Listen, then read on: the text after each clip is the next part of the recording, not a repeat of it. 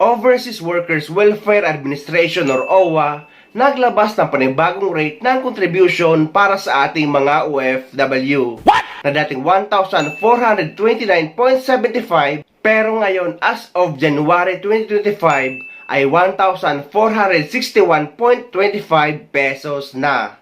At para makapag-renew kayo ng inyong OWA membership ay sumadya kayo sa pinakamalapit na OWA office sa inyo o kaya naman sa OWA sa mga polo office sa ibang bansa.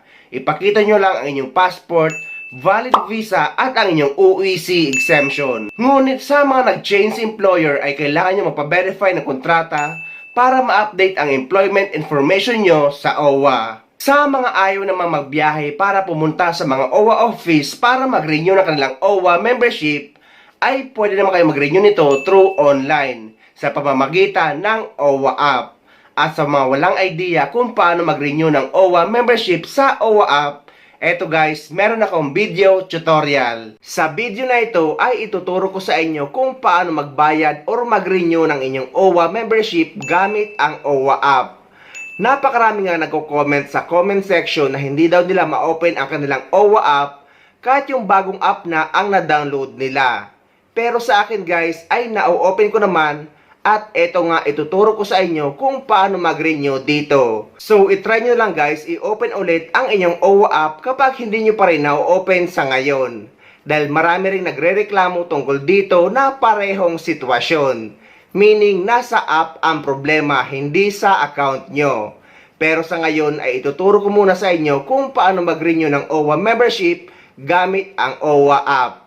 So, para makapag-renew na kayo ng inyong OWA membership gamit ang OWA app, ay kailangan nyo mag-login. At after nyo makapag-login, ay i-click nyo yung personal information sa baba. Then, i-click nyo yung upload your passport at latest contract. Ang sabi nga dito guys na latest contract daw ang kailangan i-upload. Pero tinry ko naman i-upload yung latest contract ko pero ayaw namang tanggapin. Ang tinanggap is yung OEC exemption ko na in-acquire ko sa aking PopsBam account. So after yung maklik yung upload passport and latest contract, ay lalabas ito. Uunahin nyo muna guys i-upload ang inyong passport photo. Pwede kayo dyan sa open camera kung hawak nyo mismo ang passport nyo. Pero kung hindi nyo naman hawak ang passport nyo at yung photo lang sa camera nyo ang i-upload nyo, click choose file. And after yung malagay ang passport nyo, click upload passport. At lalabas ito, upload successful. At dito na nga guys sa upload your most recent OEC or proof of employment. Sinubukan ko ang i-upload ang aking kontrata pero ayaw namang tanggapin. Pero nung in-upload ko yung screenshot ng aking OEC exemption na in-acquire ko sa aking PopsBam account, pag-click ko dyan sa upload and send request, ay ayan na guys ang lumabas. Renewal request sent.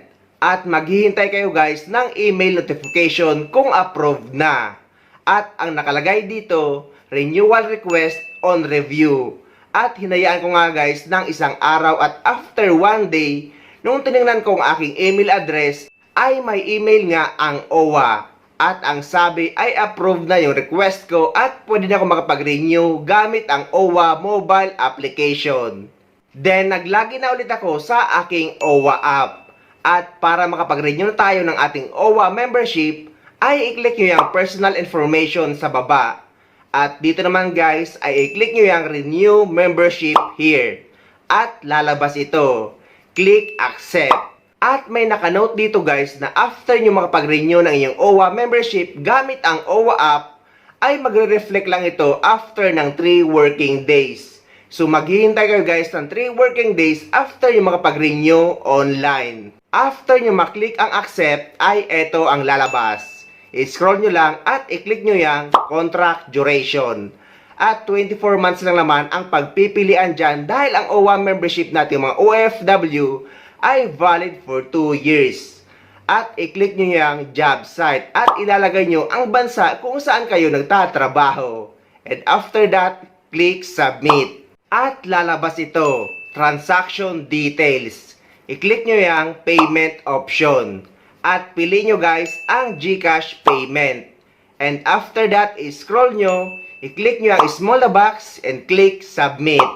So, ang babayaran natin sa ating OWA membership renewal ay 1,429.75 pesos. Naging 1,459.75 pesos lang dahil sa transaction fee. At after nyo maklik ang submit, ay lalabas ito. I-click nyo yung payment method. I-click nyo yung GCash and click proceed. Then lalabas ito, click OK. At ang sabi dito, please wait. We processing your request. And after that, ilalagay nyo na ngayon or maglalagin na kayo sa inyong GCash account. At ilalagay nyo na ngayon ang inyong GCash number. And after that, click next. Ang kagandahan dito guys is yung phone na gamit ko kahit hindi doon nakalagin ang GCash account ko ay nakapag-renew pa rin ako ng OWA membership. Meaning guys ay pwede gamitin ang GCash account ng ibang tao or ng kamag-anak nyo kung wala kayong GCash. So after nyo maklik yung next ay nag-send daw sila sa inyo ng code. And after na matanggap nyo ang code at malagay nyo, click next. At lalabas ito. I-click nyo yung pay. At hintay nyo lang guys yung 9 seconds na redirecting to merchant. And after 9 seconds ay eto na ang lalabas. Your transaction is successful. At may marireceive din kayong email at ganon din ang sabi. Your transaction is successful. At nakapagbayad ka na nga at nakapag-renew ka na ng iyong OWA membership online.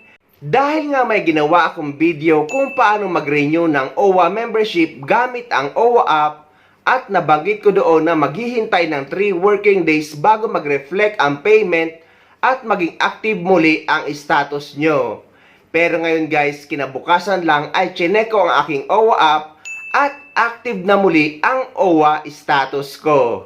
At para makita nyo ang record ng mga binayaran nyo sa OWA, ay i-click nyo yung payment history sa taas. At eto guys, nakapagbayad ako ng September 24, 2024. At mai-expire ang bagong OWA membership ko sa September 24, 2026. At dito nyo guys makikita ang validity ng inyong OWA membership dyan sa baba ng active. So ayun guys, sana may nakuha kayong idea at sana nakatulong ang video na ito sa inyo. At sa mga hindi pa dyan nakasubscribe sa channel ko, please don't forget to subscribe my YouTube channel. Please click the notification bell para lagi kayo updated sa mga upcoming videos na gagawin ko tungkol sa mga updates sa ating mga OFW. Mula dito sa Dubai, maraming salamat. See you next time.